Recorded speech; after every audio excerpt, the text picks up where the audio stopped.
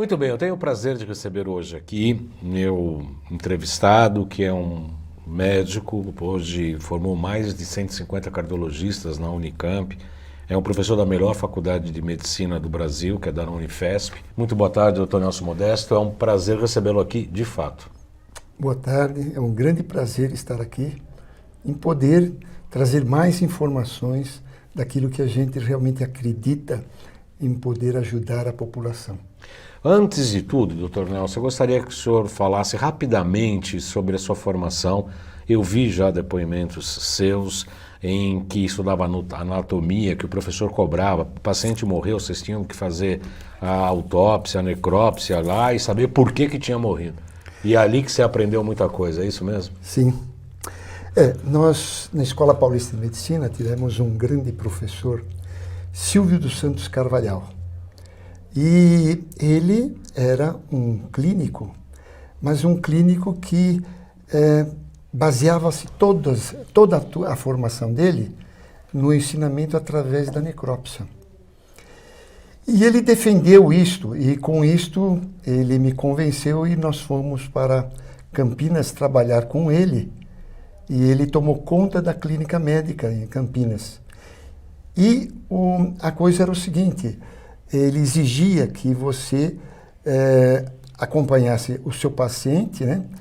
E até mesmo, caso ele viesse a falecer, seria uma necrópsia que você deveria não só participar. Você participava, você fazia a avaliação macroscópica, você fazia a avaliação microscópica e depois fazia uma correlação entre os achados necroscópicos e da clínica. E ele queria saber por que o paciente faleceu. Onde que você pode ter errado? Onde que você poderia ter aprendido mais e evitado o problema? E tudo isso fez com que eu viesse fazer muitas necrópsias, quase 100 necrópsias, com a correlação feita. Com o trabalho clínico, né? Era um trabalho. Eu fiquei 10 anos fazendo isso. É um grande aprendizado, né? Para mim, é o maior aprendizado que tem, porque, na realidade, você vê a patologia, mas não só vê a macroscopia. Você estuda a microscopia daquilo. E depois você tinha que mostrar se aquele achado realmente representava na clínica aquele problema. Então você tinha que conhecer a profundidade, inclusive, na patologia e na clínica para poder correlacionar. Então aí, isso foi muito bom. Saber aonde que conjumina e aonde se separa, né? E aí a gente vê que normalmente todos os indivíduos geralmente têm mais de uma doença ao mesmo tempo. Tem a doença que é aquela que ele está sofrendo, mas frequentemente ele tem outras em desenvolvimento ao mesmo tempo, que pode não ter dado algum sinal ainda, ou poderá já estar dando algum sinal. E mostra que o diagnóstico não consiste em fazer só um diagnóstico. Você tem vários diagnósticos no mesmo paciente. Em medicina chinesa, doutor Nelson, a gente aprende, né? Por exemplo, a pessoa fica com gripe, tem um mal-estar, fica com a gripe, aí depois evolui para uma tuberculose, enfim, vai descendo no estado de saúde. E aí sempre fica aquele sintoma que é mais forte, mais inerente àquela patologia. E aí no processo de transformação, no processo de tratamento, na busca da cura desse paciente, os sintomas até então percebidos anteriormente começam a aparecer. A tuberculose vira uma gripe, da gripe vira um mal-estar para aquele estado febril e aí até se estabilizar no processo bom da pessoa. O senhor entende dessa mesma maneira? Sim, as coisas batem na realidade, porque se você tem uma gripe, mas ao mesmo tempo o teu estado imune é muito baixo, você vai agravando esta situação. E aí você pode, como todos nós pegamos o bacilo da tuberculose, ainda como jovem, a grande maioria tem pequenos nódulos, a maioria tem calcificado, porque teve uma boa imunidade, mas quem não tem pode ainda não estar calcificado. Você pode ter a reativação da tuberculose. E aí o processo parte por uma tuberculose. Então, por isso que eu disse, tem mais de um achado. E o que a gente tem que observar é que... Programa ao vivo tem essas coisas. Diga. E que tem que observar é que o estado imune do paciente é muito importante. Porque você pode ter uma gripe praticamente assintomática, se você tem uma boa imunidade. Então você tem pequenos espirros, quase sintoma nenhum, entendeu? Todos nós temos a infecção viral, tem um estado prodrômico, que é o quê? É a proliferação viral que vai, esta proliferação, pegando o organismo, começa a luta já. E se o teu sistema imune estiver fraco, a manifestação é intensa e por mais tempo. Se o seu sistema imunológico estiver bom, e ele às vezes teve já informação anterior de outros vírus, ele está mais pronto ainda a reagir contra os vírus que estão infectando agora. Então, a tua gripe fica uma gripinha, fica pequenos sintomas, poucos sintomas. Então, a gente tem que enxergar, é a base das coisas. E eu sempre defendo o seguinte, a medicina atual, a medicina é baseada muito nos sintomas, mas vários sintomas podem participar de várias doenças, vai depender do estado imunológico. De cada paciente. De cada paciente. Falávamos há pouco, Dr. Nelson Modesto, quantas medicinas existem, afinal? A medicina integrativa, a medicina integral, a gente também pratica, e o Dr. Nelson tem um valor extraordinário, não é porque eu estou aqui, porque eu não sou de puxar saco de ninguém, não, mas ele tem um valor absolutamente extraordinário no sentido da biorressonância médica, que é um pouco o que a gente acaba fazendo com a nossa biorressonância, a gente trabalha com frequenciais, etc. E o Dr. Nelson é um destemido e tem criado novos caminhos mostrando, inclusive na área da medicina, a importância da biorressonância. Quantas medicinas existem, afinal de contas? Não, a medicina é uma só, né? Existem abordagens diferentes. Se você trata observando os sintomas, é uma abordagem. Na minha opinião, não é a melhor abordagem. A melhor abordagem é você conhecer os pilares das doenças, de onde surgem as doenças. E as doenças todas, se você considerar, quase todas as doenças são todas de causas inflamatórias. E se ela é de causa inflamatória, nós temos que procurar os fatores que levam a esta inflamação. Através da biorressonância, que eu faço há muitos anos, eu segui um caminho baseado nela. Eu não tive nenhuma tendência de seguir qualquer coisa. Há muito tempo eu segui pela biorressonância, eu acreditando que a biorressonância que mexe com a frequência do indivíduo e não só com a química do organismo, e sim com a frequência. E a frequência é anterior ao problema químico. Exatamente. Eu poderia fazer mais diagnósticos numa fase de prevenção e atuar mais preventivamente e menos curativamente. Então, essa é a abordagem que eu tenho. Então, o paciente vem a mim com queixa. Aí eu vejo quais os elementos básicos da doença, daquilo que ele está se queixando. E vou começar a tratar a base. A base. Por exemplo, você tem um quadro viral. E esse quadro viral, por exemplo, pegou a pleura. Se ele pegar a pleura, o indivíduo tem um processo inflamatório local por ação do vírus. Mas sempre inflamação. Ali vai dar manifestações pleurais, ele tem tosse seca.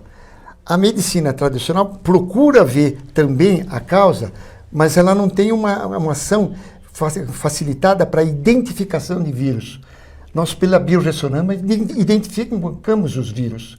Ela não tem essa possibilidade. Então, o que ele dá? Dá um medicamento chamado Béquico. O que é um medicamento Béquico? É para parar a tosse seca que o indivíduo tem. Combate a sintomatologia, mas não Sim. a causa da... E ali ele acha que é um quadro viral, aguarda o próprio organismo reagir. O que nós faríamos nós? Nós atuaríamos na inflamação, nós teríamos uma terapêutica fitoterápica para atuar no vírus e, além disso, nós atuamos na imunidade, que muitas vezes é esquecida totalmente na medicina que trata sintomas. Exatamente. Agora, por que tanta dificuldade, doutor Nelson? Eu já tive uma experiência na formação de médicos, inclusive, eu editei um jornal chamado Jovem Médico, que era sobre o ensino médico no Brasil. Eu tenho meu filhote que está, inclusive, atendendo lá no nosso consultório, de todo sábado está atendendo lá no nosso consultório. Uma alegria, viu, doutor? Ótimo. Trazer o Muito filhote para ver se abre a visão para esses... Deveria levar para os nossos cursos. Com certeza. Está nos planos, está no plano. Tá no plano. Deixa ele dar a primeira escorregada. A hora que ele der a primeira, aí eu já levo para a segunda escorregada. Por que essa dificuldade? Eu já tenho entrevistado alguns médicos que falam aonde na formação médica se aprendeu o quê? Eu tenho que ter evidência médica, eu só vou poder praticar aquilo que eu aprendo na universidade e não abrir para coisas novas, coisas inovadoras. Por quê? Não é que a universidade ensina e a universidade diz que é só o que aprendeu na universidade. Mas como o indivíduo vem com a formação da universidade, ele, de certa maneira, ele não conhece outras coisas. E nem na universidade tem profissionais que abrem a mente deste jovem dizendo o seguinte: olha, tudo que vocês aprenderam, tudo que vocês sabem, dentro do que se conhece, dentro de uma medicina, em todo, é muito pouco, hein? Isso daqui é para vocês iniciarem os seus trabalhos e ganhando com o tempo, continuando estudando, observando e sendo humilde e querendo fazer o bem, você vai fazer uma boa medicina. Se você juntar a humildade, juntar querer o indivíduo se dedicar, porque quem faz medicina só pode ser um fato que eu entendo, é querer fazer o bem para alguém mais. Não é só trazer benefícios para ele. Aquele que procura só benefícios para ele está fazendo uma má medicina. Concordo plenamente. Eu ouvi falar já, doutor Nelson, que nós somos mais bicho do que gente, no sentido que nós temos muito mais bactérias do que células humanas. E sede de todas essas bactérias, todo o trato digestivo, que começa na boca e vai até o sentido de eliminações. Obviamente, passando não só pelo estômago, mas o intestino delgado, que é tão importante na medicina tradicional chinesa, que o intestino delgado está aliado ao mesmo elemento do coração, que é a sede do espírito, a sede do Chen. Então, o intestino delgado, o acoplado no intestino delgado é o coração. E aí tem o intestino grosso, onde proliferam, obviamente, todo tipo de bactérias. Qual a importância da microbiota ou da microbiota intestinal para a saúde humana, doutor Nelson? Olha, a microbiota, ela ficou muitos anos esquecida, entendeu? Porque já em 1908, Metchnikov, um cientista russo, ele defendendo a tese que você vai ter uma boa serenidade se você cuidar bem dos seus intestinos. 1908 eu estou falando isso. Uhum. No entanto, é nesses últimos 20 anos é que vem se falando sobre a microbiota. Quando ele chamou isso a atentar.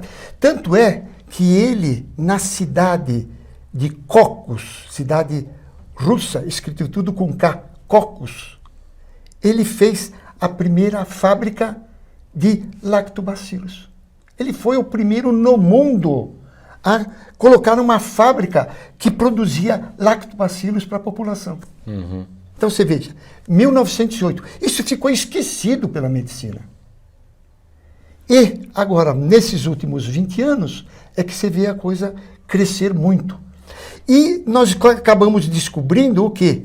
Que o intestino grosso, ele precisa ter uma boa flora, porque se ele tiver uma flora patogênica, você vai ter mais doenças. A dieta é importantíssimo também na oncologia, como é importantíssimo em qualquer doença. Por quê?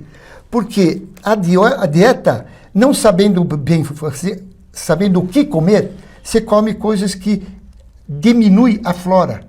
E diminuindo a flora, você aumenta os processos inflamatórios do nosso corpo. E a inflamação sempre é uma coisa engraçada, doutor Nelson, Porque a gente trata a inflamação como um alerta do organismo. Está inflamado porque algo não vai bem ali. Sim, sim.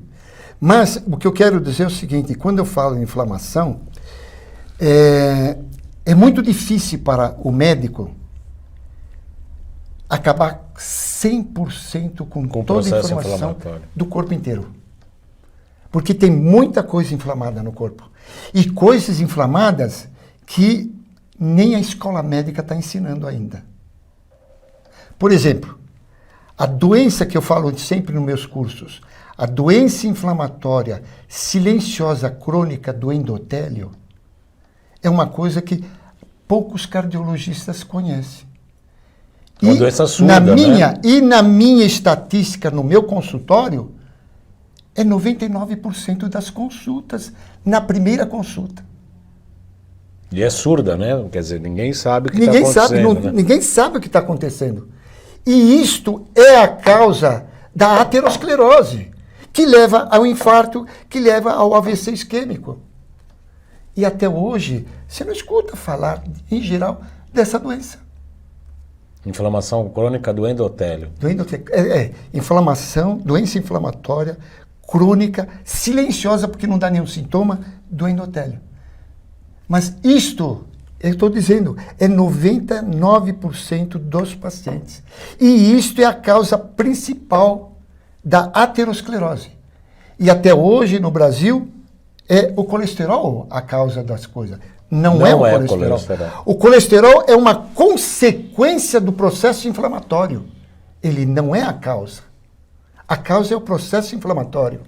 Por isso que a gente acaba recebendo o paciente na primeira consulta e quase sempre ele tem a doença.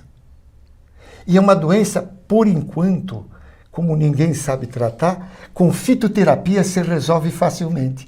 O problema é daqui a uns anos, eu não sei, quando as coisas modificarem, como tudo tem resistência, porque as células, os agentes atuantes, bacterianos, virais, eles desenvolvem mecanismos para criar resistência à ação dos produtos terapêuticos. Hoje nós não estamos vendo aí quantos antibióticos aí já tem resistência fácil no organismo. Não, e eles vão cada vez mais desenvolvendo essa resistência, obviamente. Sim, mas está chegando a um ponto que você quase não tem mais tantos antibióticos. Nós tivemos uma fase de grandes antibióticos, surgiram inúmeros. Mas hoje a gente já tem agente bacteriano que não responde a nada. E vai depender da imunidade do paciente a resposta. Dizem até que cada hospital tem essa bactéria como é que é o bichinho de estimação, a bactéria de estimação, né? Bactéria resistente. Resistência de estimação. Não, o problema tem que ser visto realmente. Veja o seguinte, a primeira doença minha, autoimune, que eu tenho cura dela, hoje já fazem 14 anos. Foi tudo por biorressonância, que eu fiz a dieta dela, tratei o quadro intestinal dela, é uma doença de Crohn. A doença de Crohn até hoje é incurável. Não se tem tratamento conhecido, né? No entanto, a doença de Crohn, praticamente com pouco medicamento e dieta, você consegue a cura. A grande maioria dos pacientes que chegam no nosso consultório tem intolerância ao famoso glúten e também à lactose, e o pior que a lactose, a caseína do leite, né? Que afinal de contas é um alimento para um bezerro de 300 quilos que não tem muito a ver com a gente. Então tem muita intolerância, tanto ao glúten quanto à lactose. Isso é um fato, doutor Nelson? Vamos lá. Primeiro o glúten. A biorressonância mostra que o glúten faz mal 100%. Não tem indivíduo que fala, eu como uma coisa com glúten e me sinto bem. Ele pode sentir aparentemente bem, mas ele desenvolve quadro inflamatório. Sempre desenvolve quadro inflamatório. 100%. 100%. Principalmente nós que temos a farinha de trigo, que é uma farinha modificada geneticamente, por isso é chamado transgênica. Isso a farinha foi modificada em 1970 para 80. O que é que eles fizeram?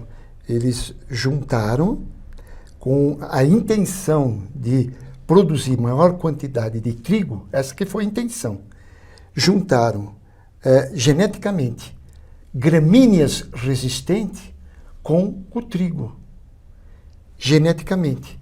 E esta mudança fez realmente uma resposta no sentido de produção boa, porque se conseguia antes apenas uma cultura anual, e mesmo assim, mudanças de temperatura, intempéries, você tinha o quê? Tinha colheitas que perdia-se, parte das colheitas, dessa única colheita anual. Hoje, nós temos pelo menos quatro colheitas anuais e resiste a tudo. Então, inclusive aos nossos intestinos também. Esta intenção de fazer o trigo uma coisa para todos nós, foi ótima, não tem dúvida.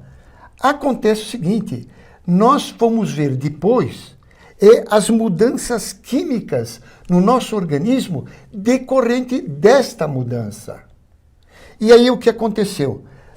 A farinha, ela tem uma absorção muito rápida no intestino.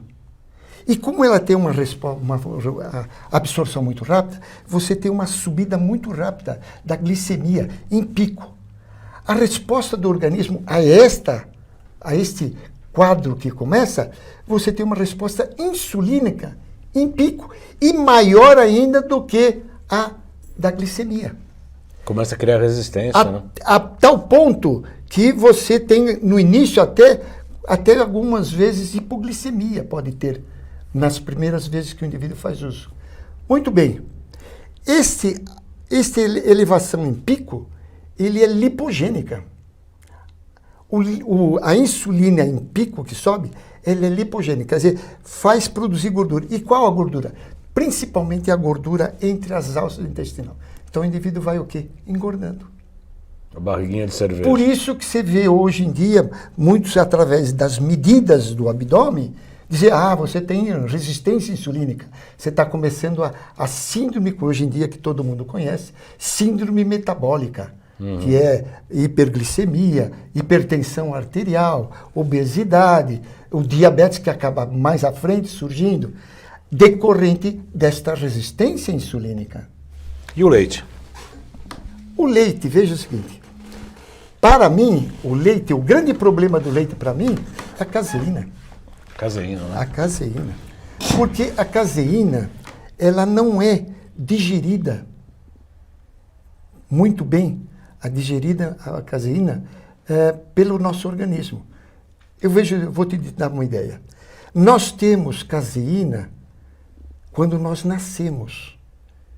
E nós temos, temos a lactase, que vai utilizar a lactose para digerir quando nós nascemos. E o leite materno tem, inclusive, uma lactose diferente da vaca, com mais facilidade de ser digerida. Sim. O bezerro toma da vaca, ele também mama na vaca.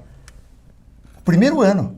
Você não vê o bezerro no segundo ano, uma vaca. Até dobrar de tamanho do nascimento. Exatamente. Por quê? Porque some depois do primeiro ano, a quantidade de lactase no bezerro para digerir o que ele consome de caseína da vaca. Acontece que a proteína da vaca não bate conosco. Ela é uma proteína que sensibiliza a nós. E com isso nós temos o nosso intestino sensibilizado, criando intolerância à caseína que tem em todos os leites. 100% do seu consultório? 100% também. 100% também? 100%. Não depende da lactose. E sim da caseína e da lactase. Sim, a lactase o nosso organismo tem que ter, mas só que nós temos pouca lactase. Não dá para digerir a lactase de maneira adequada. Então daí que veio o negócio da lactase. Para mim é tudo caseína só. E kefir? É a proteína. Kefir de leite. Veja o seguinte, o kefir tudo depende de ser feito. Ele é de água e de leite. O de água não tem grande problema, porque você coloca açúcar mascavo, que é totalmente consumido, aquele açúcar é totalmente consumido na formação do que ele forma de acidez. Por isso que o kefir de água, ele é muito ácido. Entendeu? Exatamente por isso que você tem que misturar até com mel para algumas pessoas para tornar aquilo mais tolerável. Agora, o de leite, ele é mais gostoso, realmente. Ele é mais fácil a coisa. O que você fornece ali, você ainda mantém o de leite as mesmas estruturas. Porque a caseína não é alterada daquele leite, não é quebrada. Ela está lá. E você ingerindo, também vai ter alguns problemas. De menor importância em relação à água. E o da água pode? O da água é melhor. Qualquer doença autoimune, o que tem que se provocar é um aumento da imunidade, que você consegue também com a própria alimentação. A alimentação principal, vou te dar os elementos principais. Tira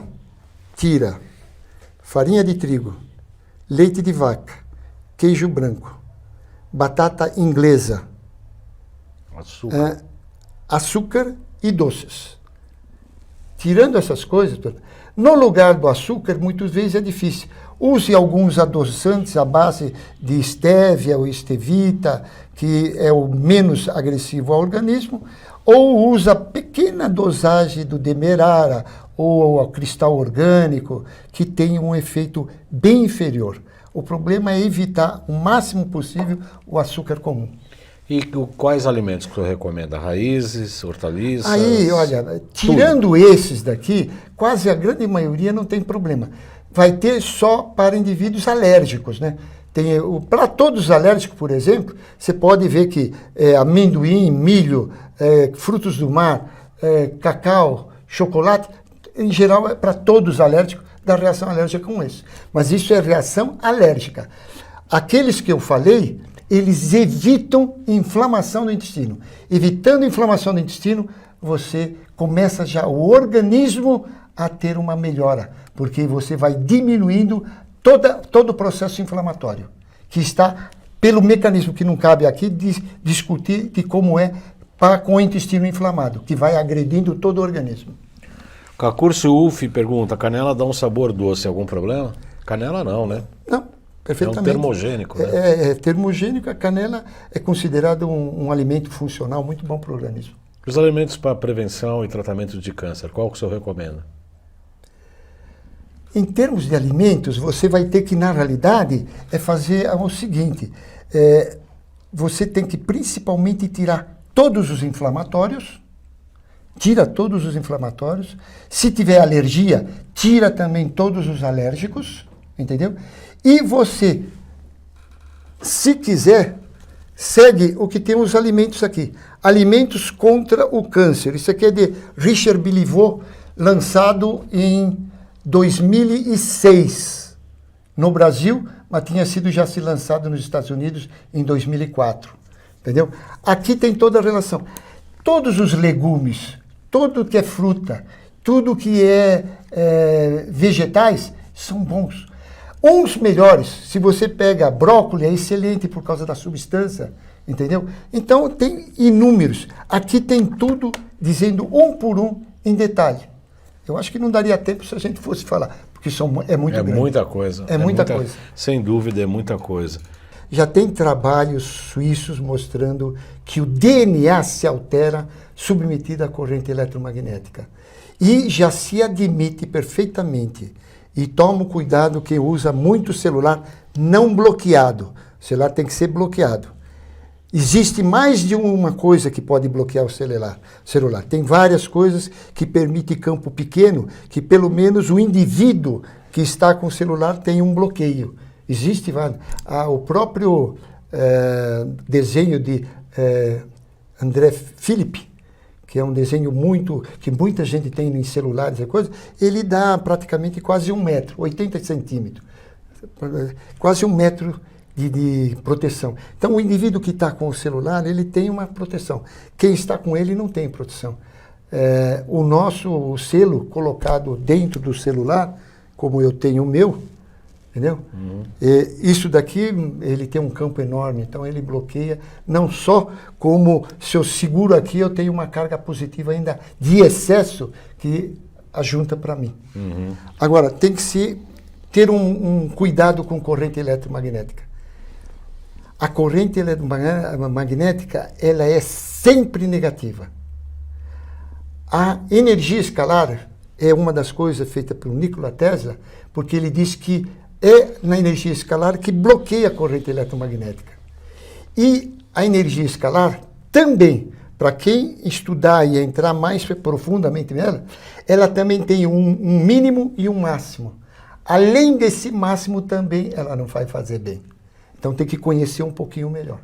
Da energia escalar. Doutor Nelson, muito obrigado pela sua disponibilidade, de ter vindo até aqui. Muito obrigado pela entrevista, de nos atender. Realmente é um programa engrandecedor.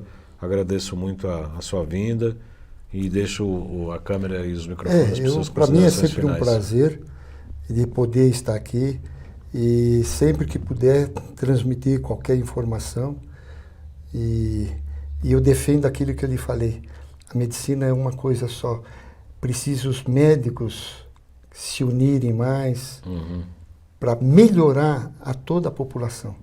E uma coisa eu garanto, a alimentação é uma arma poderosíssima para romper muitas doenças em evolução.